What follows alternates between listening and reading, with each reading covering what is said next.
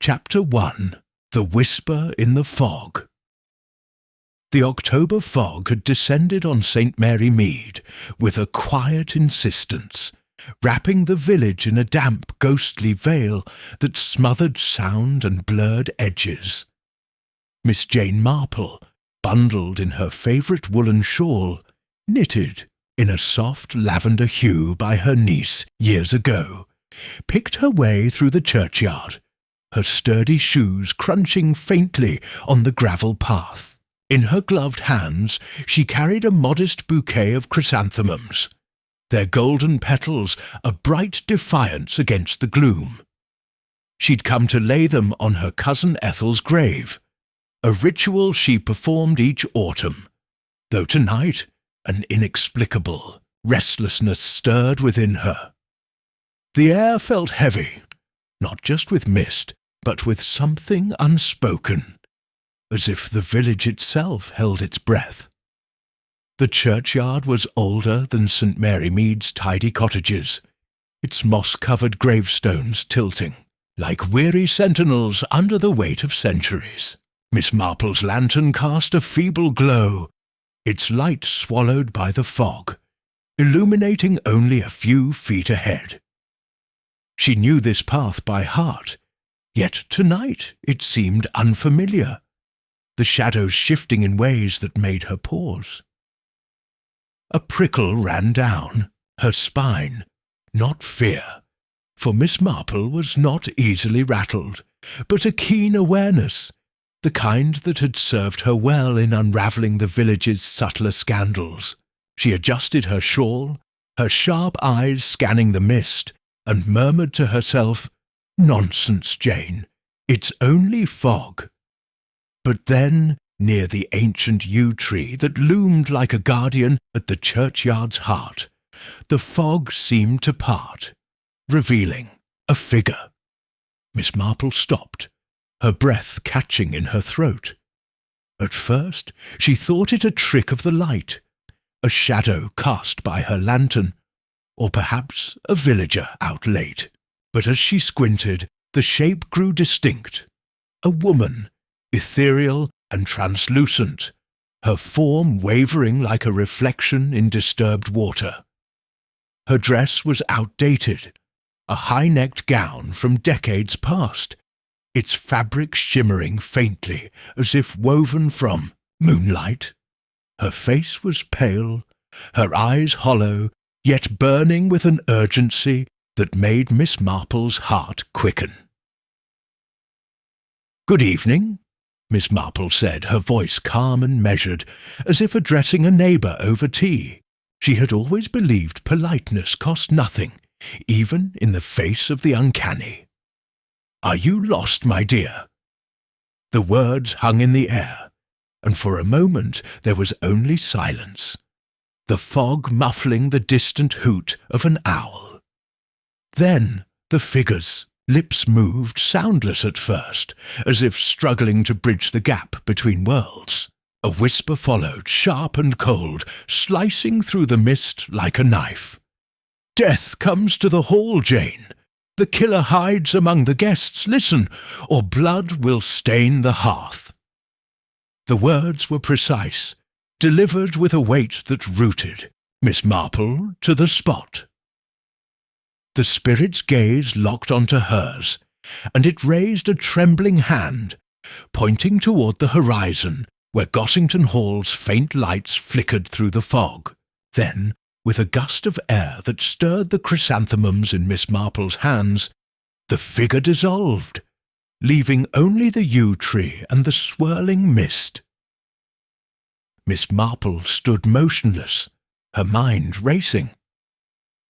She was not given to superstition. Her world was one of human nature, of motives and missteps pieced together like her intricate knitting patterns. Ghosts were the stuff of fireside tales, not reality. Yet the spirit's words had been no mere fancy. They carried the clarity of a warning, specific and deliberate. Gossington Hall meant the Bantry's grand estate, where Colonel and Mrs. Bantry were hosting a dinner party tomorrow evening. a gathering of notable guests from St. Mary Mead and beyond. A killer among them.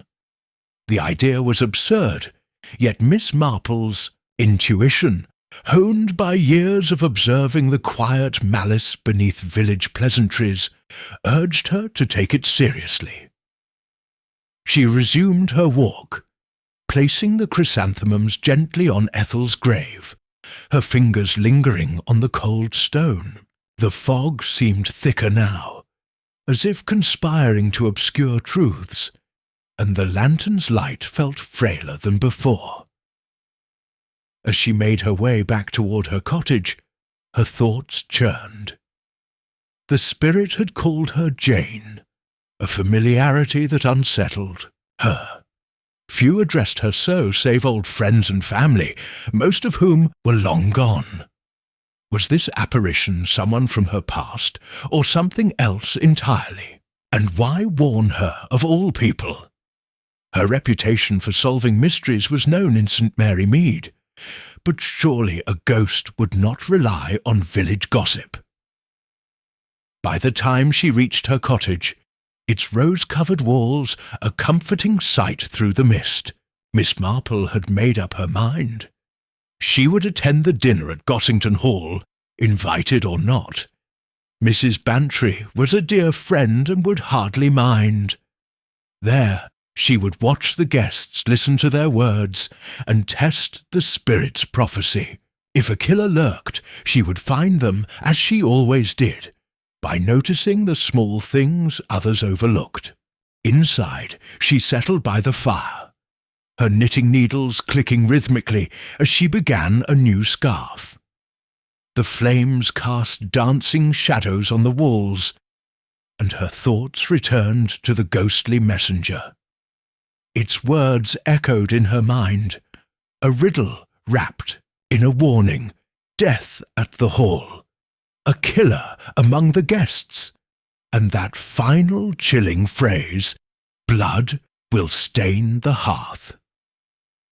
As the fire crackled, Miss Marple's eyes gleamed with quiet determination.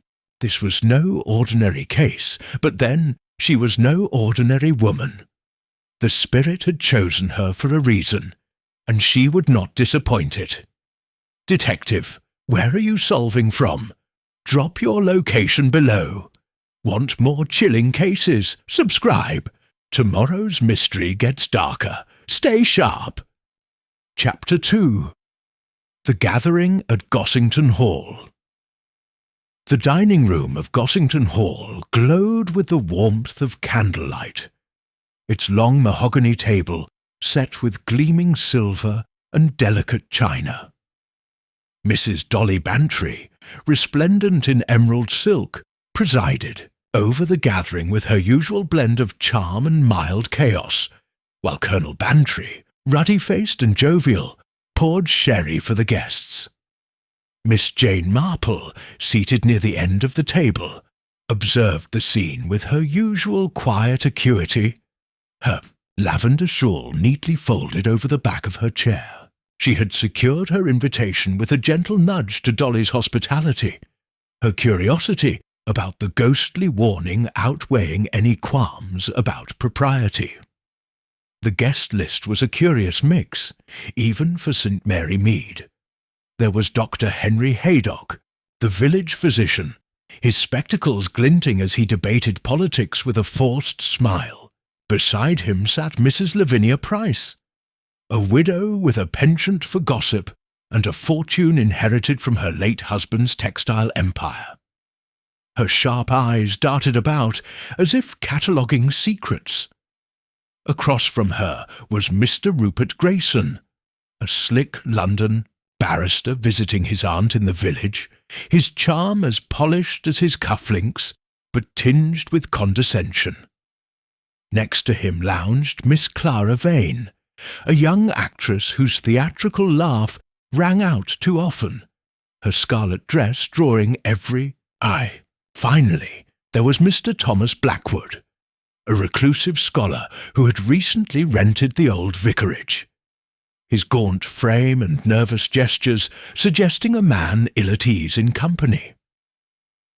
Conversation flowed as freely as the wine, touching on the weather, the harvest festival, and the latest London scandals.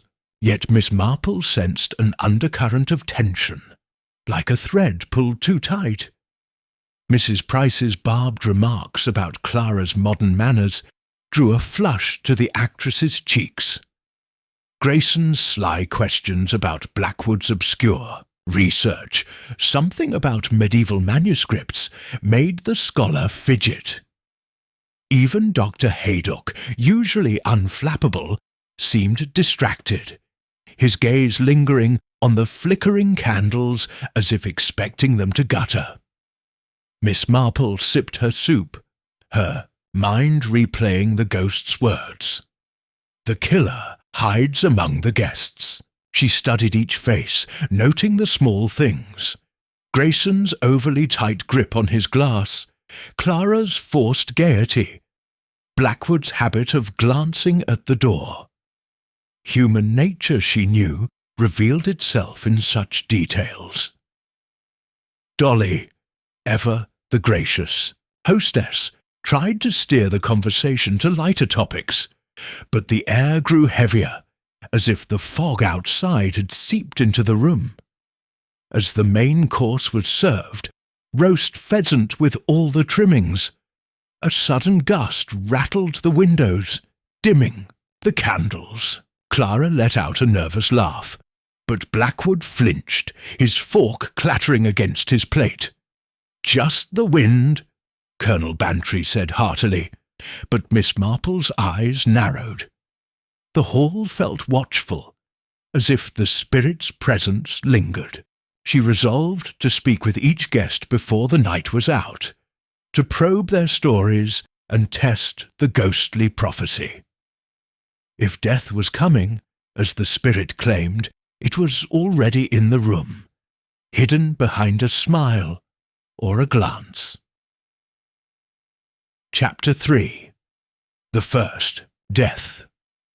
The dessert course at Gossington Hall had just been served, a delicate lemon syllabub that Mrs. Bantry proudly declared was her cook's finest work. When the atmosphere, already taut, snapped like a brittle twig, Miss Jane Marple, seated between the garrulous Mrs. Price and the reticent Mr. Blackwood, had spent the evening cataloguing the guests' mannerisms with the precision of a botanist studying rare specimens.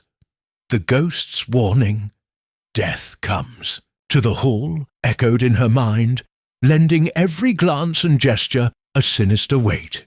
The dining room, with its high ceilings and ancestral portraits, seemed to close in, the candlelight casting shadows that danced like spectres on the damask walls. Conversation had grown strained. Dr. Haydock, usually a steady presence, was quieter, now, his fingers drumming faintly on the tablecloth as he avoided Mrs. Price's probing questions about a recent patient's demise. Mr. Grayson, the barrister, leaned back in his chair, his smile too sharp as he teased Miss Clara Vane about her latest theatrical flop. Clara's laugh was brittle, her scarlet dress a vivid contrast to her paling cheeks. Mr. Blackwood, meanwhile, had barely touched his syllabub, his eyes darting toward the tall windows where the fog pressed against the glass, thick and impenetrable. Miss Marple noted it all. The unspoken rivalries, the veiled barbs, the secrets simmering beneath the surface of St. Mary Mead's polite society. Mrs. Bantry, ever the optimist, tried to revive the mood with a story about a disastrous garden party, but her words faltered as a low, mournful howl echoed from outside. Likely the wind, but it sent a shiver through the room. Colonel Bantry chuckled, dismissing it as the old hall's creaks. But Miss Marple's instincts prickled. She was about to ask Blackwood about his research, hoping to draw out his guarded nature, when a piercing scream shattered the air. The sound came from the drawing-room, where the guests had briefly adjourned for coffee before rejoining the table. Chairs scraped as everyone rose, Colonel Bantry leading the charge with a barked, "What the devil?" Miss Marple followed at her own pace, her heart steady but her mind racing. The drawing-room was dimly lit, the fire in the hearth casting a ruddy glow over the scene. There, sprawled on the Persian rug, lay Mrs. Lavinia Price, her eyes wide and unseeing, a silver letter-opener protruding from her chest. Blood pooled beneath her, staining the rug's intricate patterns, a grim echo of the ghost's prophecy. Blood will stain the hearth. Clara Vane, who had screamed, stood trembling, her hands pressed to her mouth. Dr. Haydock knelt beside the body, his fingers searching for a pulse, though his grim expression confirmed what all could see. "She's gone," he said, his voice low. "Stabbed, straight to the heart." Colonel Bantry, red-faced with shock, demanded, "Who was in here? Who saw her last?" The guests exchanged uneasy glances, their earlier tensions now sharpened by fear. Miss Marple stepped forward, her small frame commanding attention despite the chaos. She noted the letter-opener, engraved with the Bantry crest, likely taken from the writing desk nearby. The window was ajar, letting in a tendril of fog, but the latch was undisturbed, suggesting no outsider had entered. Mrs. Price's pearls, still around her neck, ruled out robbery. This was personal, deliberate, and chillingly precise. The guests' reactions were telling. Grayson's composure had cracked, his hands shaking as he lit a cigarette. Clara's hysterics seemed almost performative, her eyes darting to gauge the room's response. Blackwood stood frozen, his face ashen, muttering something about cursed places. Dr. Haydock, practical as ever, began organizing the group to secure the room, but his earlier distraction now seemed suspicious. Mrs. Bantry, near tears, clung to her husband, whispering, "How could this happen in our home?" Miss Marple's mind-word, piecing together the evening's fragments. Mrs. Price, with her sharp tongue and sharper memory, had known too much. About whom? The ghost had warned of a killer among the guests, and now one lay dead, not far from the hearth. Had Mrs. Price been the intended victim or a mistake?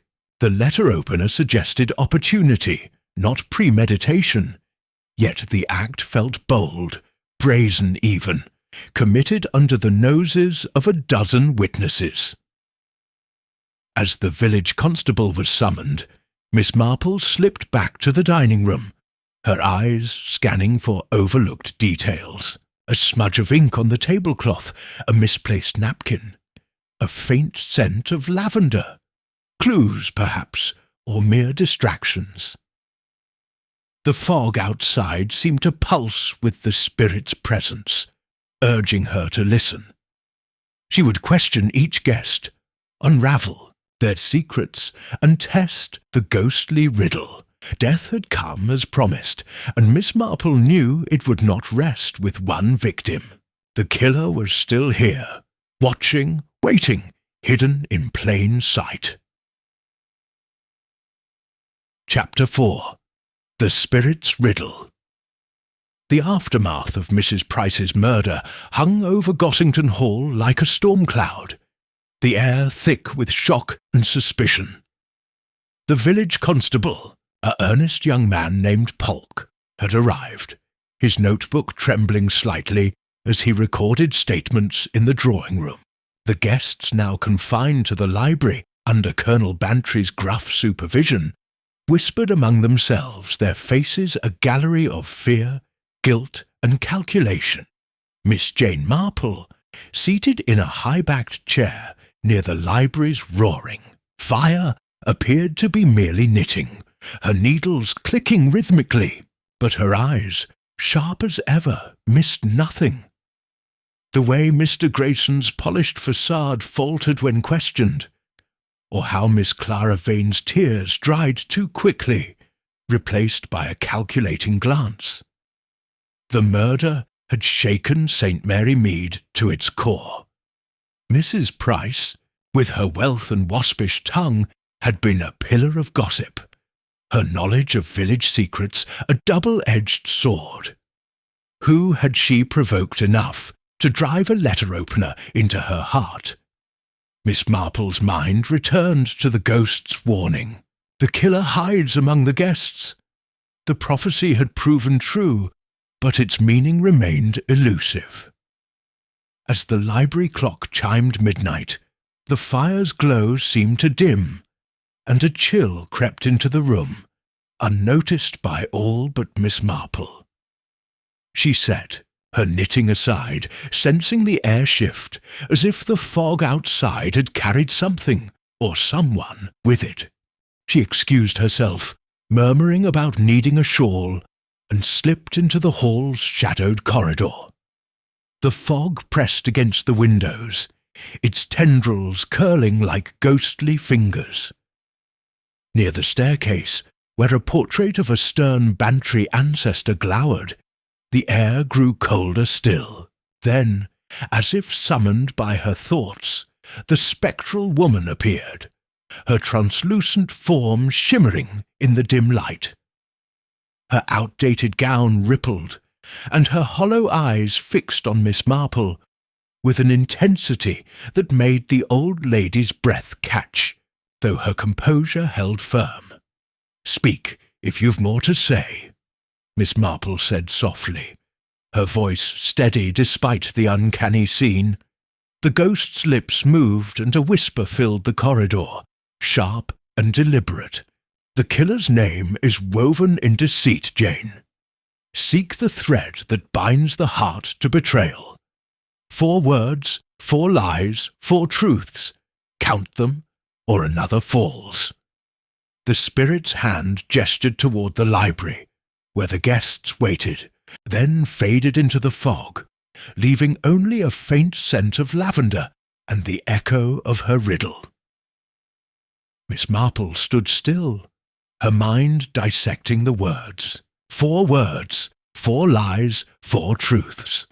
A cryptic puzzle, yet it suggested a pattern, a clue hidden in speech or action. The mention of deceit and betrayal pointed to a motive rooted in personal treachery. Perhaps a lover scorned, a friend betrayed, or a family secret unearthed. The ghost's use of Jane again stirred unease. It implied a connection, personal and old, but who could this spirit be? A friend from her youth? A victim of some forgotten wrong? She filed the thought away, knowing answers would come with observation. Returning to the library, she found the guests restless. Dr. Haydock was pacing, his earlier calm replaced by a nervous energy that made Miss Marple wonder what he feared. Grayson was arguing with Polk, insisting he'd been in the dining room during the murder, though his alibi lacked witnesses. Clara, draped dramatically over a sofa, recounted her discovery of the body with theatrical flourish, but her eyes flicked to Blackwood, who sat hunched, staring at the fire as if it held answers. Blackwood's mutterings about cursed manuscripts earlier in the evening now seemed less eccentric, more ominous. Miss Marple resumed her knitting, her thoughts weaving through the riddle. She recalled the dinner conversation, Grayson's sly remarks about Mrs. Price's fortune, Clara's veiled hints at a past scandal, Haydock's reluctance to discuss his patients, Blackwood's cryptic references to his research.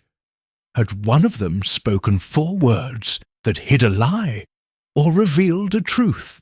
She would need to listen closely, to question subtly, to unravel the thread of betrayal the ghost described. As Polk announced that no one could leave until morning, a collective groan rose. Miss Marple's gaze lingered on the library's hearth, where the fire burned low. The ghost had spoken of blood staining the hearth, and though Mrs. Price had died in the drawing-room, the library's fireplace felt significant, a focal point for what was to come. She sensed the killer watching, their deceit cloaked in the chaos of the night. The riddle was her guide, and she would follow it step by careful step before another life was claimed. Chapter 5. Shadows of the Past. The library at Gossington Hall had grown stifling by the early hours, the fire's embers casting a sullen glow over the guests who sat in uneasy silence or murmured in tense clusters. Miss Jane Marple, her knitting abandoned in her lap, observed the scene with the quiet intensity of a hawk. The murder of Mrs. Lavinia Price had cracked the veneer of civility, exposing raw nerves and hidden fears. Constable Polk, overwhelmed by the magnitude of the crime, had retreated to the hall to send for reinforcements from Much Benham, leaving the guests under Colonel Bantry's reluctant watch. Miss Marple's mind, however, was fixed on the ghost's riddle. The killer's name is woven in deceit. 4 words, 4 lies, 4 truths. The words were a map, she was certain, but the terrain was the tangled past of St. Mary Mead's elite. She had known Mrs. Price for years, a woman whose wealth was matched only by her knack for collecting secrets. Lavinia had delighted in knowing who owed whom, who loved unwisely, who hid shame behind closed doors. Such knowledge, Miss Marple mused, was a dangerous currency, and someone in this room had paid to silence it. To unravel the riddle, she needed to probe the victim's history and the guest's connections to her, a task requiring tact, patience, and the village's collective memory. As dawn's first light struggled through the fogged windows, Miss Marple seized an opportunity. Mrs. Bantry, frazzled but eager to help, invited her to the morning room for tea, away from the others' prying ears. The room, with its chintz curtains and faded watercolours, felt like a sanctuary from the night's horrors. Over steaming cups, Miss Marple gently steered the conversation to Mrs. Price's past. Lavinia always had a story to tell, she said, her tone light. Did she ever mention old grudges? Someone who felt wronged? Dolly Bantry's eyes widened, her teaspoon clinking against the saucer. Oh, Jane, you know how she was, always hinting at scandals, but never quite spilling, though— She hesitated, then leaned closer. She once told me about a dreadful row with Dr. Haydock years ago, over a patient who died under his care. A young woman, I think, from a good family. Lavinia implied it wasn't an accident, but she wouldn't say more. And then there was Clara Vane. She and Lavinia crossed paths in London. Something about a theatre producer who lost a fortune. Lavinia never forgave Clara for it. Miss Marple nodded, her mind filing away the details. Haydock's distraction, Clara's evasiveness, both now had roots in Lavinia's past. She pressed further, learning of Mr. Grayson's legal work for Mrs. Price's late husband, which ended in a bitter dispute over fees, and of Mr. Blackwood's odd connection. His research into local history had led him to borrow letters from Lavinia's family archive, letters she'd reclaimed abruptly, as if guarding a secret. Later, back in the library, Miss Marple tested her findings. She engaged Dr. Haydock in quiet conversation, noting his flinch when she mentioned his early career. "Mistakes haunt us all," she said gently, watching his hands clench. Clara, when asked about her London days, grew shrill, claiming Lavinia had misunderstood her role in the producer's ruin. Grayson dismissed his old feud with Price as business, but his eyes betrayed unease. Blackwood, cornered about the letters, stammered that they concerned nothing important, yet his pallor suggested otherwise. Each guest, Miss Marple realized, was bound to Lavinia by a thread of betrayal or shame. The ghost's riddle, 4 words, 4 lies, 4 truths, hinted at a specific moment, perhaps a conversation where deceit had revealed the killer.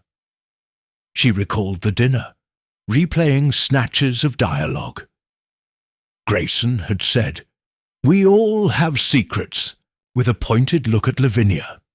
Clara had quipped, "Some thrive on ruin," her tone bitter. Haydock's trust is easily broken had been oddly sombre. Blackwood's history buries the truth felt like a confession. Were these the 4 words the ghost meant? If so, which held lies and which truths? The library's hearth drew her gaze, its stones cold now. The ghost's warning about blood lingered, and Miss Marple sensed the danger was not over. Lavinia's death was a spark. The fire of betrayal still smouldered. She would watch, listen, and piece together the past shadows, for the killer, emboldened by their first strike, would not stop unless she stopped them. Chapter 6. The Second Warning. The fog that clung to St. Mary Mead showed no sign of lifting, its grey tendrils curling around Gossington Hall like a living thing, muffling the world beyond. Inside, the library had become a pressure cooker of suspicion, the guests' nerves fraying as the hours dragged on. Miss Jane Marple, seated in her corner with her knitting needles clicking softly, seemed an island of calm amidst the storm. But her mind was anything but still. The murder of Mrs. Lavinia Price had confirmed the ghostly messenger's prophecy, and the riddle, the killer's name, is woven in deceit. 4 words, 4 lies, 4 truths gnawed at her, its meaning tantalizingly close yet elusive. Each guest she knew held a piece of the puzzle, their pasts intertwined with Lavinia's in ways that hinted at motive and opportunity. But the ghost's words suggested another danger loomed, and Miss Marple felt the weight of time pressing against her. The morning had brought Inspector Craddock from Much Benham, a sharp-eyed man whose deference to Miss Marple's reputation was tempered by scepticism about village hunches. He questioned the guests with brisk efficiency, but their stories were rehearsed, their alibis vague. Dr. Haydock claimed he'd been fetching a glass of water during the murder. Mr. Grayson said he was in the dining room, though no one could confirm it. Miss Clara Vane insisted she'd been powdering her nose, and Mr. Blackwood muttered about stepping outside for air, despite the fog. Colonel Bantry, exasperated, grumbled about damned liars, while Mrs. Bantry hovered, offering tea to soothe frayed tempers. Miss Marple listened, her eyes catching the small tells. Grayson's forced smile, Clara's overly dramatic sighs, Blackwood's twitching fingers, Haydock's averted gaze. Deceit, the ghost had said, and it was here, woven into every word. As noon approached, the guests were permitted a brief respite in the conservatory, a glass-walled haven filled with ferns and the faint scent of earth. Miss Marple lingered near the door, ostensibly admiring a wilting orchid, but her attention was on the group. Clara, perched on a wicker chair, was whispering to Grayson, her hand brushing his sleeve in a way that suggested familiarity beyond mere acquaintance. Haydock stood apart, staring into the fog, his shoulders tense. Blackwood, clutching a tattered notebook, scribbled furiously, his lips moving as if arguing with himself. Miss Marple wondered if his research, those mysterious letters from Lavinia's archive, held a clue to the betrayal the ghost described. She was about to approach Blackwood when a sudden chill swept through the conservatory, sharp and unnatural, like a gust from an open grave. The glass panes rattled and the light dimmed, as if the fog had thickened to blot out the sun. Miss Marple's heart quickened, but she turned calmly, sensing the ghost's presence before she saw it. There, near a cluster of palms, the spectral woman materialized, her translucent form more vivid now, her eyes burning with urgency. The other guests, oblivious, continued their hushed conversations. But Miss Marple stepped closer, her voice low. "What more must I know?" The ghost's whisper was a blade, cutting through the humid air. "The second death waits, Jane. They go too, Chedikin. Heart that betrays will bleed next. Find the lie in the lover's vow, or the hearth will claim another." The spirit's hand pointed toward the library, then dissolved, leaving a faint shimmer and the echo of lavender. Miss Marple stood frozen, the words searing into her memory. The second death, another murder loomed, and the clue, the lie in the lover's vow, suggested a romantic betrayal, perhaps tied to the heart from the first riddle. The hearth, again, was central, its significance growing clearer. Back in the library, Miss Marple pieced together the new warning. A lover's vow could point to Clara and Grayson, whose whispered intimacy in the conservatory hinted at a deeper bond. Or perhaps Haydock, whose rumoured affair with a patient years ago had enraged Lavinia. Even Blackwood, with his secretive research, might hide a romantic motive. Those letters could hold more than historical trivia. She recalled the dinner, searching for a vow among the 4 words she'd noted. Grayson's, "We all have secrets." Clara's, "Some thrive." On ruin, Haydock's trust is easily broken. Blackwood's history buries the truth. Which was the lover's lie? As Craddock resumed his questions, Miss Marple watched Clara closely, noting her flirtatious glance at Grayson, and Haydock's pained expression when Clara laughed. The ghost's warning meant time was short. She needed to act, to provoke a reaction or uncover the vow that hid the killer. The library's hearth loomed in her peripheral vision, its stones a silent witness to the danger. She would question each guest again, focusing on their romantic entanglements, and listen for the lie that would save a life or condemn a killer. Chapter 7. The False Trail. The library at Gossington Hall had become a crucible of tension, its heavy air thick with the scent of old books and the lingering dread of murder.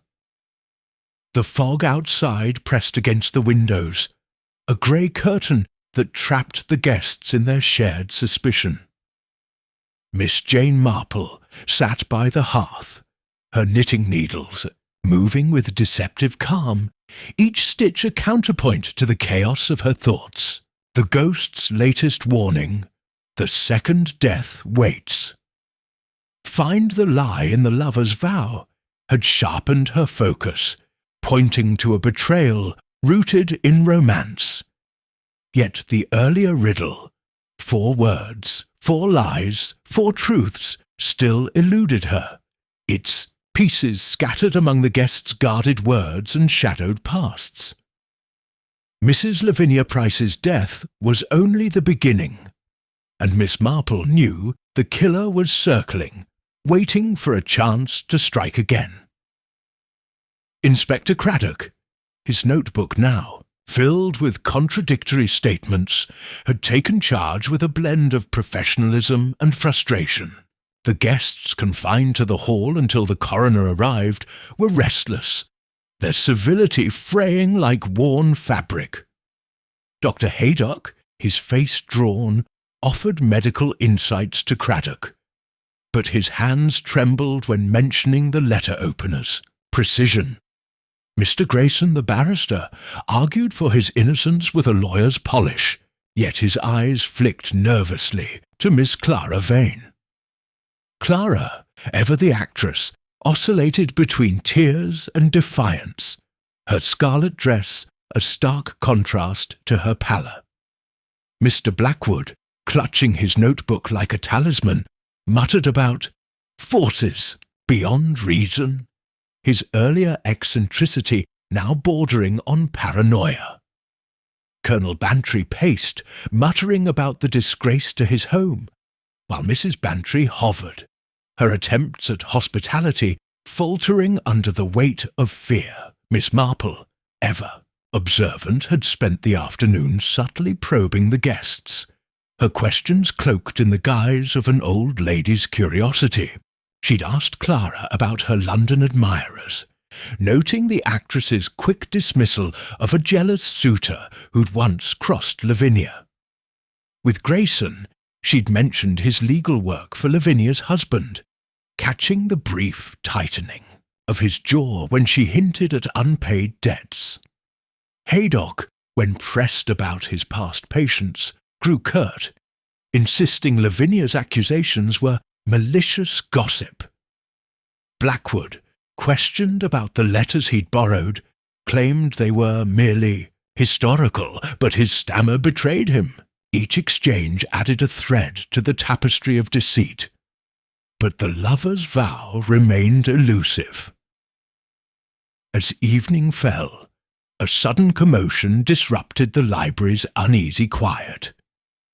Clara, her voice rising to a theatrical wail, stood before Craddock, her hands clasped dramatically. "I can't bear it any longer," she cried. "It was me! I killed Lavinia! She ruined my life in London, spread lies about me to that producer. I saw the letter opener, and I lost control." The room froze, all eyes on her. Grayson started forward, his face pale, but Craddock raised a hand, his gaze narrowing. Miss Marple, however, felt a pang of doubt. Clara's confession was too neat, too staged, like a performance rehearsed for an audience. She studied the actress's trembling hands, the way her eyes darted to Grayson for approval. "My dear," Miss Marple said gently, "why confess now? And where were you when the scream was heard?" Clara faltered, claiming she'd been alone in the drawing-room, but Miss Marple recalled her earlier alibi, powdering her nose in the powder room. The inconsistency was small, but telling, and Grayson's quick interjection, "She's distraught, don't badger her," only deepened Miss Marple's suspicion. Craddock, sensing the flaw, pressed Clara, who grew vague, her story unravelling under scrutiny. Miss Marple's mind raced, connecting the confession to the ghost's riddle. Clara's outburst felt like a lie, perhaps to shield someone, Grayson, whose closeness to her suggested more than friendship. Or was it a distraction, meant to derail the investigation? The lover's vow could be Clara's claim of guilt, a false promise to take the blame. Yet the 4 words, Grayson's "we all have secrets," Clara's "some thrive on ruin," Haydock's trust is easily broken. Blackwood's history buries the truth. Still held the key. Which was the lie that hid the killer? As Craddock escorted Clara to a separate room for questioning, Miss Marple lingered by the hearth, its cold stones a reminder of the ghost's warnings. The false confession had muddied the waters, but it had also revealed a crack in the killer's facade. She would watch Grayson and Clara closely, probe their bond, and test the other's reactions. The second death loomed, and the lover's vow was the thread she must pull to unravel the truth before the hearth claimed another victim. Chapter 8. The Hidden Motive. The fog over St. Mary Mead had thickened into a near-opaque shroud, cloaking Gossington Hall in an eerie stillness that seemed to amplify every creak and whisper within its walls.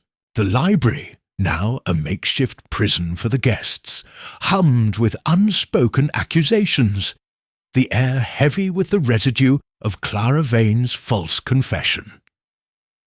Miss Jane Marple, seated in her usual corner, her lavender shawl draped over her shoulders, appeared absorbed in her knitting, but her mind was a whirl of connections and contradictions.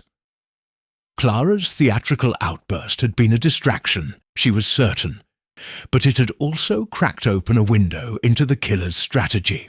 The ghost's warnings, the killer's name is woven in deceit. 4 words, 4 lies, 4 truths, and the second death waits. Find the lie in the lover's vow, pointed to a motive buried deep, one tied to betrayal and romance.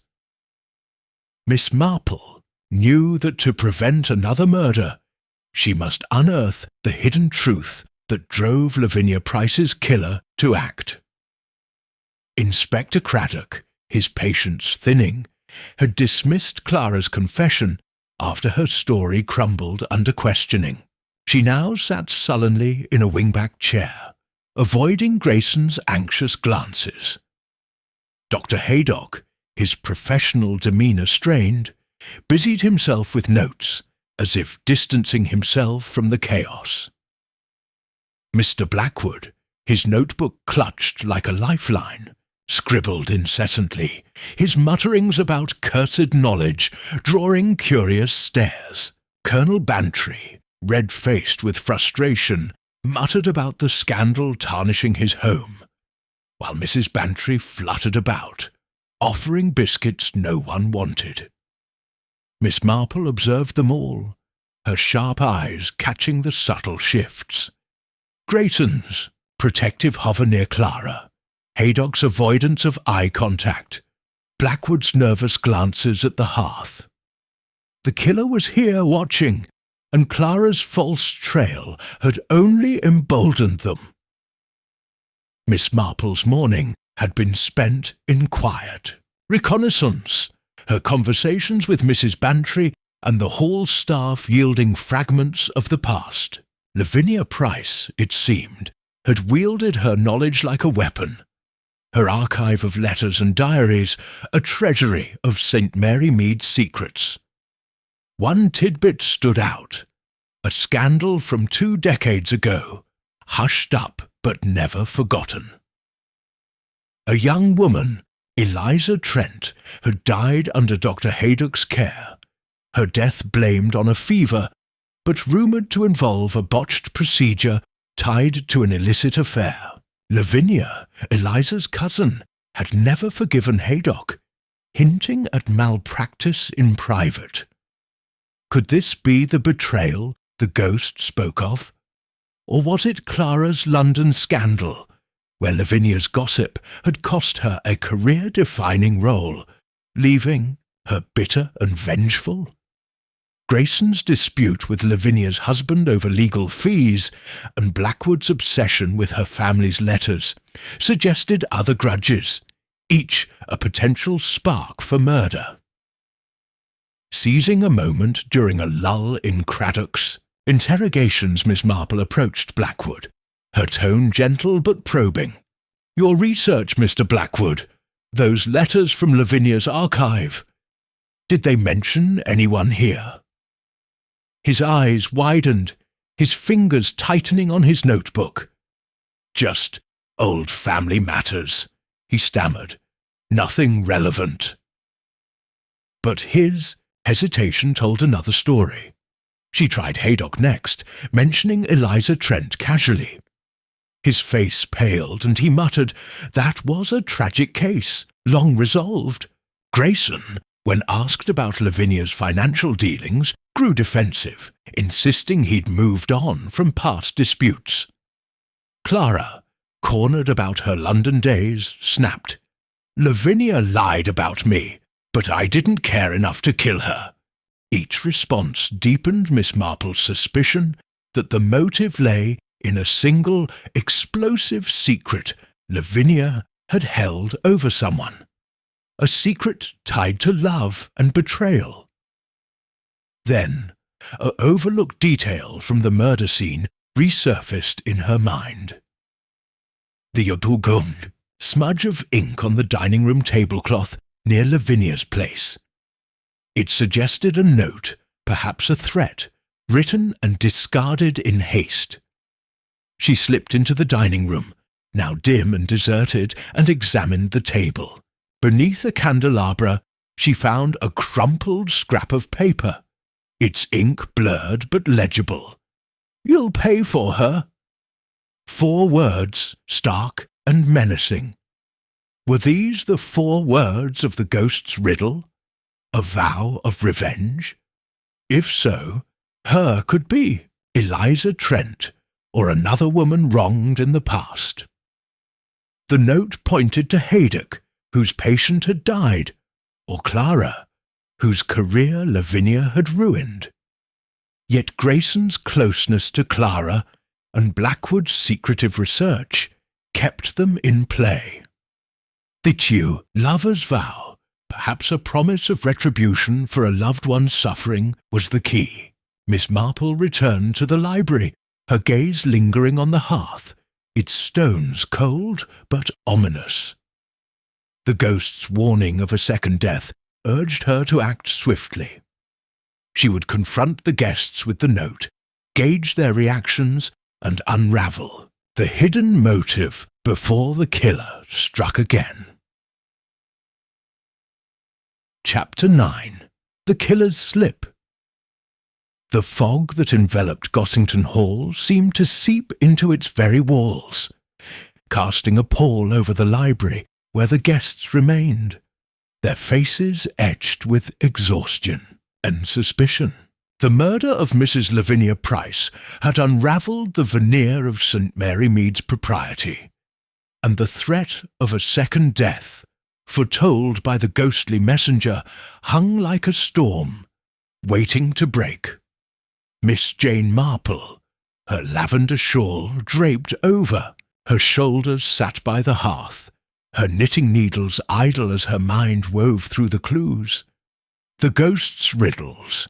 The killer's name is woven in deceit. 4 words, 4 lies, 4 truths, and the second death waits. Find the lie in the lover's vow. Had guided her to the crumpled note found in the dining room. You'll pay for her. These 4 words, she suspected, were the key. A vow of revenge tied to a past betrayal. But whose vow, and for whom? Inspector Craddock, his patience worn thin by evasive alibis, had tightened his grip on the investigation, his questions growing sharper. The guests confined to the hall, as the coroner's arrival was delayed by the fog, were fraying under the strain.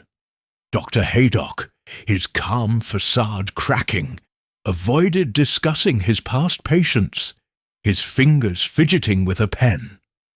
Mr. Grayson, the barrister, maintained his polished demeanour, but his eyes betrayed a flicker of panic when Clara Vane was mentioned. Clara, her theatricality subdued since her false confession, clung to Grayson's arm. her glances darting between defiance and fear. Mr. Blackwood, his notebook now a crumpled mess, muttered about sins of the past, his gaunt face pale as the fog outside. Colonel Bantry, exasperated, grumbled about the chaos, while Mrs. Bantry, ever the hostess, tried to maintain order with trays of tea and forced smiles. Miss Marple had spent the day observing, her gentle questions peeling back layers of deceit. The note, "You'll pay for her," pointed to a motive rooted in vengeance for a woman wronged. Perhaps Eliza Trent, the patient who died under Haydock's care, or a figure from Clara's London scandal. Grayson's financial disputes with Lavinia's husband and Blackwood's secretive research into her family's letters kept them in her sights. The lover's vow suggested a romantic betrayal, and she recalled the dinner's 4 words. Grayson's, "We all have secrets." Clara's, "Some thrive on ruin." Haydock's, "Trust is easily broken." Blackwood's, "History buries the truth." The note's words felt different, a direct threat, but they echoed the ghost's riddle, urging her to find the lie. Her chance came late in the afternoon, during a tense gathering in the library. Craddock, frustrated by the lack of progress, had asked the guests to recount their movements yet again. Miss Marple, seizing the moment, produced the crumpled note, holding it delicately between her fingers. "This was found in the dining room," she said, her voice mild but clear. "It reads, 'You'll pay for her.' Does it mean anything to anyone?" The room stilled, the air charged with unease. Haydock's pen snapped in his hand, a bead of ink staining his cuff. Clara gasped, her hand tightening on Grayson's arm. Grayson's smile faltered, his gaze flicking to the note as if it were a venomous snake. Blackwood, however, reacted most strangely. He lurched forward, then caught himself, his eyes wide with recognition. "Pure nonsense," Grayson said quickly, too quickly. "Probably Lavinia's melodramatic scribble." But Miss Marple caught the tremor in his voice, and Clara's sharp glance at him suggested complicity. Haydock muttered about village pranks, but the ink on his cuff, a fresh smudge, not dried, matched the note's hue.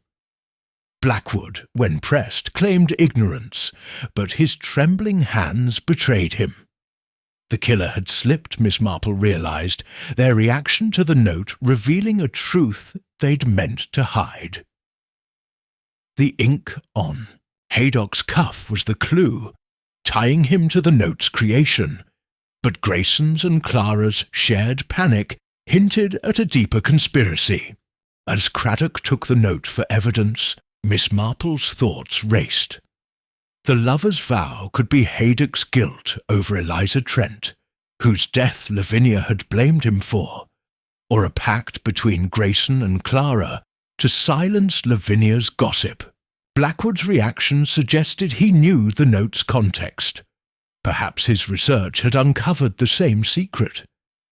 The hearth, cold but ever-present, loomed in her vision, a reminder of the ghost's warning. She would provoke the suspects further, using the note to draw out the truth before the second death claimed another victim. Chapter 10. The Trap at Midnight.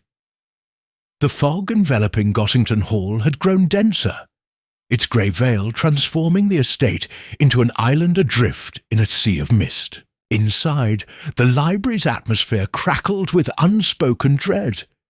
The guests' faces drawn as the weight of Mrs. Lavinia Price's murder and the ghost's prophecy pressed upon them.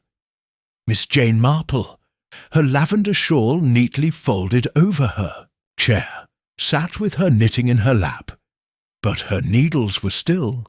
her mind a whirlwind of clues and connections. The crumpled note, "You'll pay for her," had exposed a chink in the killer's armour, with Dr. Haydock's ink stained. Cuff and Mr. Grayson's panicked reaction pointing to a conspiracy rooted in betrayal. The ghost's riddles. The killer's name is woven in deceit. 4 words, 4 lies, 4 truths, and the second death waits. Find the lie in the lover's vow, urged her to act before another life was claimed. Tonight, Miss Marple resolved she would set a trap to unmask the killer. Inspector Craddock, his investigation stymied by conflicting alibis and the fog's delay of the coroner, had reluctantly agreed to Miss Marple's plan. She proposed a gathering in the library at midnight, ostensibly to reconstruct the dinner party and jog memories, but her true aim was to provoke the killer into a mistake. The guests, weary and suspicious, were summoned as the hall's grandfather clock tolled 11, their footsteps echoing in the cavernous corridors. Colonel Bantry, grumbling but cooperative, ensured the library was prepared, while Mrs. Bantry, her nerves frayed, arranged a tray of sherry and biscuits, as if normalcy could ward off the darkness. The suspects, Haydock, Grayson, Clara Vane, and Blackwood, filed in, their expressions a mix of resentment and fear. Miss Marple had orchestrated the scene with care. The library's hearth, cold but central to the ghost's warnings, was lit anew, its flames casting flickering shadows on the oak-panelled walls. The dining-room tablecloth, with its telltale ink smudge, was draped over a table, the note placed prominently beside it. She began with a gentle preamble, her voice soft but commanding. "We are close to the truth," she said, her eyes sweeping the room. "This note, 'You'll pay for her,' was written by someone here for Lavinia. It speaks of vengeance. For a woman wronged, Eliza Trent, perhaps, or another whose name we've yet to uncover." The effect was immediate. Haydock's face drained of colour, his hand brushing the ink-stained cuff he'd tried to conceal. Grayson's jaw tightened, his arm inching protectively toward Clara, who clutched her shawl, her eyes wide but calculating. Blackwood, his notebook abandoned, stared at the note as if it were a curse. Miss Marple pressed on, recounting the dinner's 4 words. Grayson's, "We all have secrets." Clara's, "Some thrive on ruin." Haydock's, "Trust is easily broken." Blackwood's, "History buries the truth." "One of these," she said, "hides the lie in the lover's vow. But the note tells us more. It points to a heart betrayed." As she spoke, she moved toward the hearth, her small frame silhouetted against the flames. "The spirit warned of blood on the hearth," she continued, "and I believe the killer meant to strike again here tonight." She paused, letting the words sink in, then produced a second note, fabricated but convincing, which read, "The truth burns tonight." "This was found near the hearth," she lied, watching their faces. "The trap worked." Grayson lunged forward, shouting, "That's impossible! I burned—" He stopped, realizing his blunder, but it was too late. Clara gasped, pulling away from him, while Haydock's shoulders sagged, as if unburdened. Blackwood, trembling, whispered, "The letters! They named him." Miss Marple's trap had caught its prey. Grayson's slip revealed he'd written the original note. His attempt to burn another betrayed his guilt. The lover's vow was his promise to Clara, to silence Lavinia's gossip about their affair, which had ruined Clara's career and Eliza Trent, Grayson's sister, whom Lavinia had exposed years ago. As Craddock moved to restrain Grayson, the air grew cold and the ghost materialized by the hearth, her translucent form serene. She nodded to Miss Marple, then vanished, her purpose fulfilled. The killer's slip had unravelled the deceit, but Miss Marple knew the final unmasking would reveal the full truth of the heart betrayed. Chapter 11. The Unmasking. The library at Gossington Hall pulsed with the aftershock of Mr. Rupert Grayson's damning slip, his aborted confession. I burned, hanging in the air like smoke from the hearth's flickering flames. The fog outside pressed against the windows, a silent witness to the unravelling of a killer's deceit. Miss Jane Marple stood near the hearth, her small frame radiating quiet authority, her lavender shawl folded neatly on her chair. The trap she had set at midnight had worked, exposing Grayson's guilt, but the full truth of the murder of Mrs. Lavinia Price and the ghost's riddles. The killer's name is woven in deceit. 4 words, 4 lies, 4 truths, and the second death waits. Find the lie in the lover's vow, demanded a final reckoning. The crumpled note, you'll pay for the... And Grayson's reaction to the fabricated, the truth burns tonight, had pointed to him. But Miss Marple sensed the story was not yet complete. Inspector Craddock, his scepticism of Miss Marple's methods now replaced by grudging respect, had Grayson cornered, his handcuffs glinting in the firelight. The other guests, Dr. Haydock, Miss Clara Vane, Mr. Blackwood, Colonel and Mrs. Bantry, stood frozen, their faces a tableau of shock, relief, and lingering fear. Clara, her scarlet dress crumpled, had recoiled from Grayson, her eyes brimming with betrayal. Haydock, his ink-stained cuff a silent accusation, stared at the floor, as if wrestling with his own secrets. Blackwood, clutching his tattered notebook, muttered about justice served, while the Bantrys clung to each other, their home forever marked by scandal. Miss Marple, her mind sharp as ever, knew the unmasking required more than Grayson's slip. It demanded the truth behind the lover's vow and the woman for whom Lavinia had paid.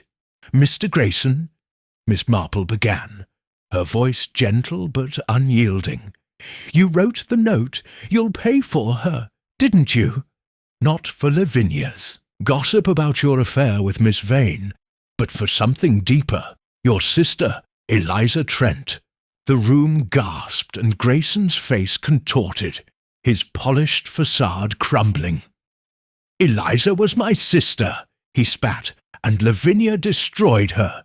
She spread lies about Eliza's affair, ruined her reputation, drove her to Dr. Haydock's care. Her death was no fever, it was shame, and Lavinia's poison. Haydock flinched, his guilt laid bare, but Miss Marple pressed on. You vowed revenge, a lover's vow not for Clara, but for Eliza, your beloved sister. The note was your promise, and the letter opener your weapon. Grayson's shoulders sagged, his defiance giving way to despair. Lavinia deserved it, he whispered. She knew about Clara's ruin too, and threatened to expose us. I couldn't let her destroy another life. Clara sobbed, her complicity clear. She had known Grayson's plan, her false confession a desperate shield. Miss Marple turned to the 4 words from the dinner. Grayson's "we all have secrets" was the lie, masking his intent. Clara's "some thrive on ruin." Haydock's "trust is easily broken." And Blackwood's "history buries the truth" were truths, reflecting their own burdens. The note's "You'll pay for her" was the true vow, its deceit in its ambiguity, hiding Eliza's name. Miss Marple's gaze shifted to Blackwood, whose research had uncovered Eliza's story in Lavinia's letters. "You knew, Mr. Blackwood, and your silence protected Grayson, didn't it?" Blackwood nodded, ashamed. "I found the truth, but feared its consequences."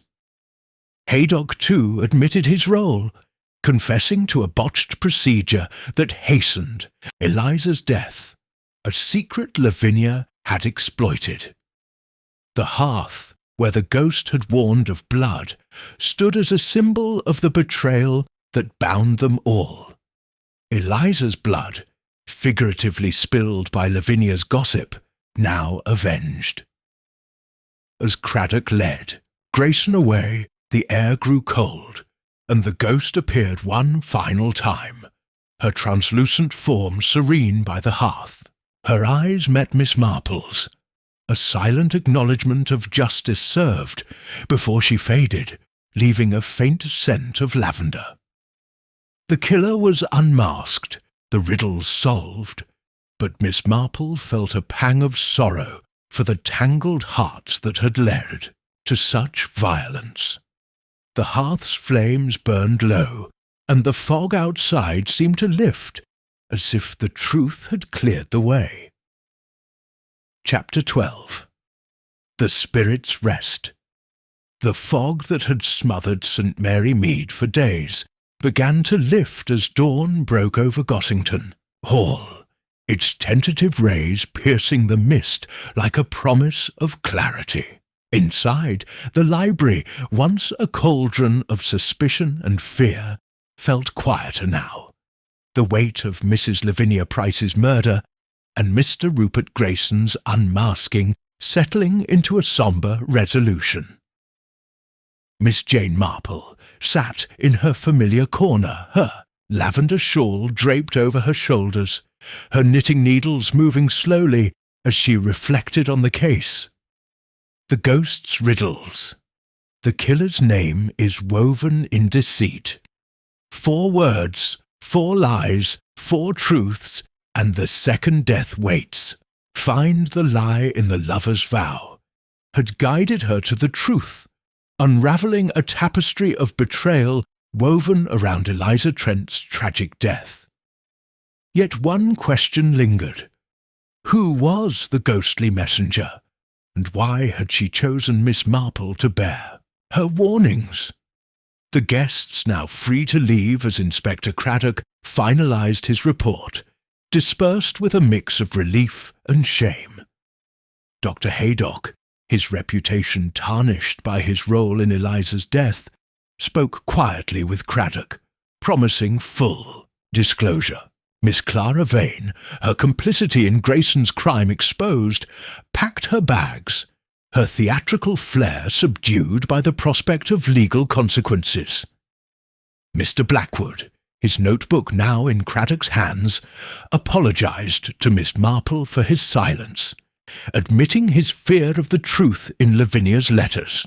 Colonel Bantry, still reeling from the scandal in his home, busied himself with estate matters, while Mrs. Bantry, ever resilient, planned a quiet tea to restore normalcy. Miss Marple, however, lingered in the library, drawn to the hearth, where the ghost had last appeared, sensing the spirit's story was not yet fully told. As she sat, her thoughts traced the case's threads. Grayson's vow to avenge his sister Eliza, whose life Lavinia had ruined with gossip, had driven him to murder, with Clara's knowledge sealing their guilt. The note, "You'll pay for her," had been his promise, its deceit lying in its vagueness, hiding Eliza's name. The dinner's 4 words, Grayson's lying, "We all have secrets," and the truths of Clara's "Some thrive on ruin." Haydock's "Trust is easily broken," and Blackwood's history buries the truth had pointed to their shared burdens. The lover's vow was Grayson's fraternal devotion, mistaken for romance until the end. But the ghost's familiarity, calling her Jane, suggested a personal connection, a final piece Miss Marple needed to understand. She rose, her steps deliberate, and walked to the hall's morning room, where Mrs. Bantry was sorting correspondence. "Dolly," Miss Marple said softly, "those old letters Lavinia kept, were any from my youth, perhaps from a friend named Margaret?" Dolly, surprised, rummaged through a box, producing a faded envelope addressed to Miss Marple, dated decades ago. Inside was a letter from Margaret Trent, Eliza's aunt, Miss Marple's childhood friend, who had died shortly after Eliza's scandal. The letter spoke of grief, of Lavinia's cruelty, and a vow to watch over Jane if justice failed. Miss Marple's eyes misted. Margaret, the ghost, had kept her promise, guiding her to avenge Eliza. Returning to the library, Miss Marple stood by the hearth, its embers glowing faintly. The air stirred, and the ghost appeared one last time, her translucent form radiant with peace. "Thank you, Jane," the spirit whispered, her voice now warm, free of urgency. "Eliza rests and I with her." She faded, leaving a lingering scent of lavender and a soft light that warmed the hearth. Miss Marple smiled, her heart full. The spirit's rest was earned, her purpose fulfilled through the quiet tenacity of an old lady who listened. As she left Gossington Hall, the fog now gone, St. Mary Mead sparkled under the morning sun. Miss Marple walked home, her knitting bag swinging gently, her thoughts on human nature's complexities and the rare moments when the past reached out to right its wrongs. The hearth was clean, the killer caught, and Margaret's spirit at peace. In her cottage, she settled by her own fire, needles clicking, ready for whatever secrets the village might next whisper.